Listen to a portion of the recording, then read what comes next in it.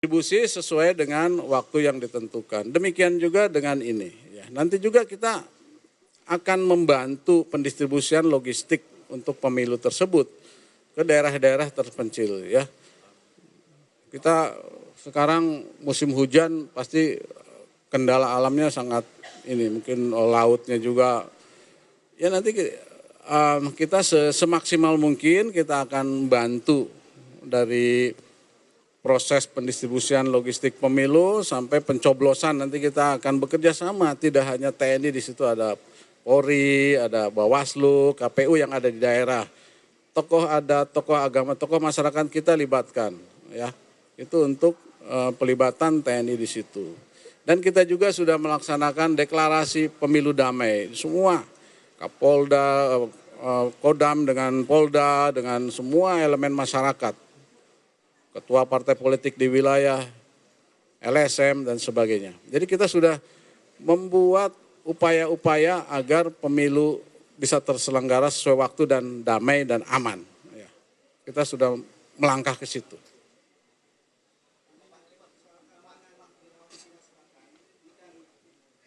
Cina masih mengklaim Pulau Natuna ya.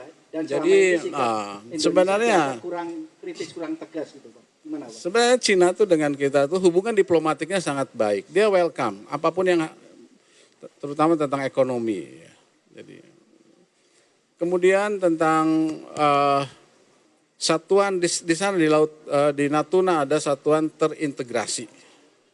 Itu ada sekarang ada selain satuan infanteri ada satuan Banpur di situ, ada Armed, Arhanud, ya, Seni dan sebagainya.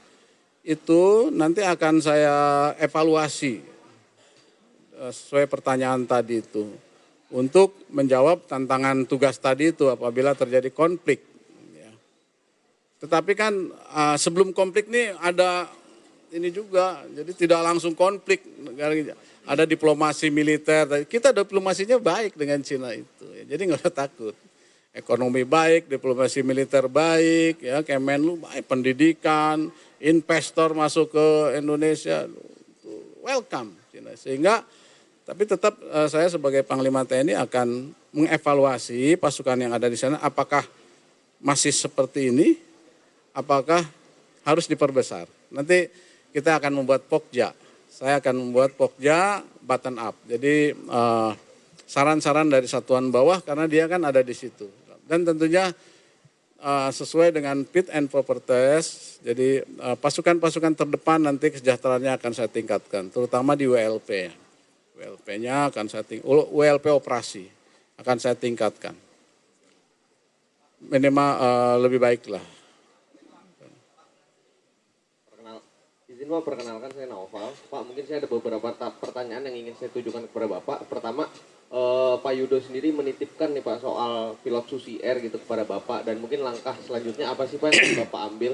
Kemudian kedua Pak, pada saat fit and proper test Bapak sempat menyinggung juga akan membentuk Pokja yang mungkin mengkaji soal kekuatan siber gitu Pak. Pada itu konteks pertanyaan adalah matra siber TNI gitu Pak. Dan ini bagaimana soal kelanjutannya, apakah Bapak nanti akan jadi membentuk Pokja dan mungkin mempertimbangkan untuk membentuk matra siber TNI. Dan mungkin terakhir Pak, terkait dengan setelah persetujuan dari DPR ini, apakah dari Bapak sendiri sudah dengar atau belum gitu Pak, infonya kapan sih Pak akan dilantik oleh Pak Jokowi? Mungkin itu Pak, saya terima kasih. Yang pertama tentang Papua. Jadi Papua itu memang ya setiap, jadi kita kalau Pangdam itu punya Renkon. Renkon ini berisi tentang kerawanan. Kerawanan itu tidak hanya fisik, non fisik atau tidak hanya alam atau non alam.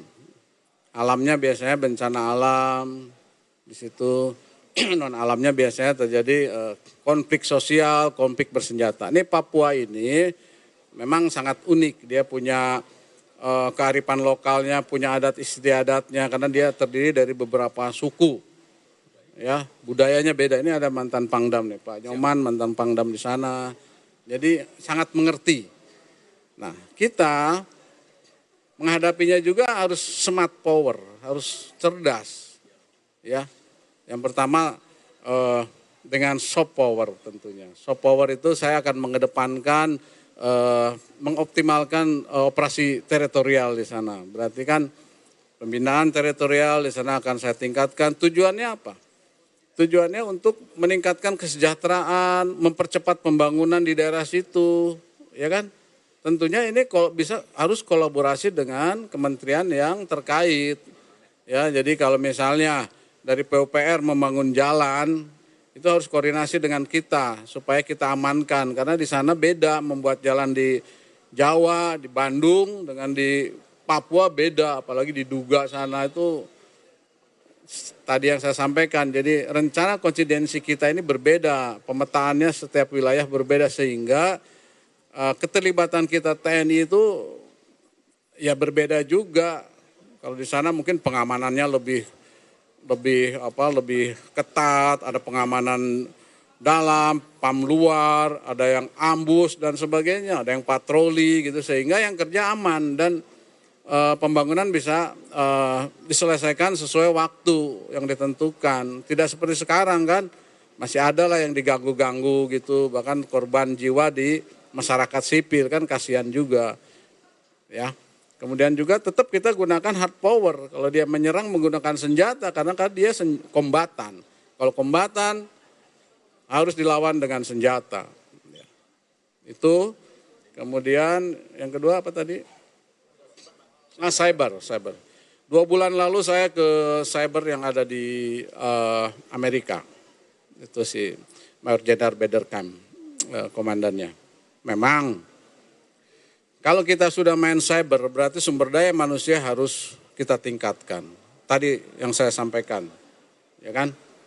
Well trained tadi. Kita sudah ada dan Pusan Siad bintang 1 nanti coba akan kita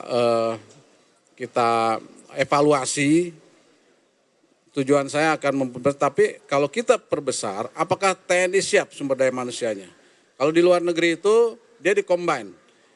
Jadi di Singapura pun seperti itu. Singapura kan sudah ada satuan cyber, tapi saya pas ke sana tidak semuanya tentara. Dia merekrut sipilian. Jadi harus ada seperti itu. Ya. Kalau mau tentara terus berarti kan tentara semua, berarti saya harus memang mendidik dia supaya profesional di bidang cyber. Tapi nanti coba kita buat Pokja, mungkin lebih baik menggunakan sipilian, orang sipil. Tetapi kan orang sipil kan, ya kalau kita punya Sabta Marga, Sumpah Prajurit, megang teguh rahasia, itu nanti kita buat Pokja. Ya, kita buat Pokja, apakah dibesarkan atau, yang jelas saya akan membesarkan. Karena perang sekarang yang tadi saya sampaikan, Bang Listranya seperti itu, perangnya menggunakan cyber. Jangankan seperti ini, saya mau jadi Panglima TNI, di IG saya sudah ada 5 itu. Udah masuk, mungkin robotik yang main. Akhirnya saya juga punya pasukan untuk take down atau di replace dan sebagainya. Seperti itu. Kemudian terakhir pelantikan, mungkin insya Allah besok jam 10 insya Allah oleh Bapak Presiden. Ada tanya lagi? Oke, pilot. Tadi itu ya. Jadi soft power. Kita akan menggunakan soft power. Kita akan menggunakan diplomasi militer karena mereka masih didukung oleh asing. Kemarin kita sudah gagalkan penyelundupan senjata dari Filipina. Filipina melalui Bentuni ya. Bentunis itu dan kita gagalkan. Dan kemarin 2 hari yang lalu senjata rakitan dari Ambon, 2. Senjata rakitan panjang dengan munisi. Pasca disahkan menjadi Panglima TNI, Jenderal Agus Subianto menyampaikan beberapa hal kepada media. Kami coba rangkum, saudara, tadi yang disampaikan adalah soal penanganan Papua, lalu juga konflik Laut Cina Selatan, dan juga logistik pemilu. Beberapa hal yang disampaikan dan ditekankan oleh Jenderal Agus Subianto adalah untuk penanganan Papua, ia berjanji akan mengutamakan soft power dan juga berkoordinasi dengan kementerian-kementerian yang sedang membangun Papua. Sementara untuk logistik pemilu, Jenderal Agus Subianto menyatakan mungkin akan ada beberapa kendala. Salah satunya adalah pengiriman logistik ke daerah-daerah terluar di Indonesia karena masalah cuaca. Tapi untuk penanganan logistik nanti pasti akan ada kerjasama dengan Polri, Bawaslu, dan juga tokoh-tokoh daerah.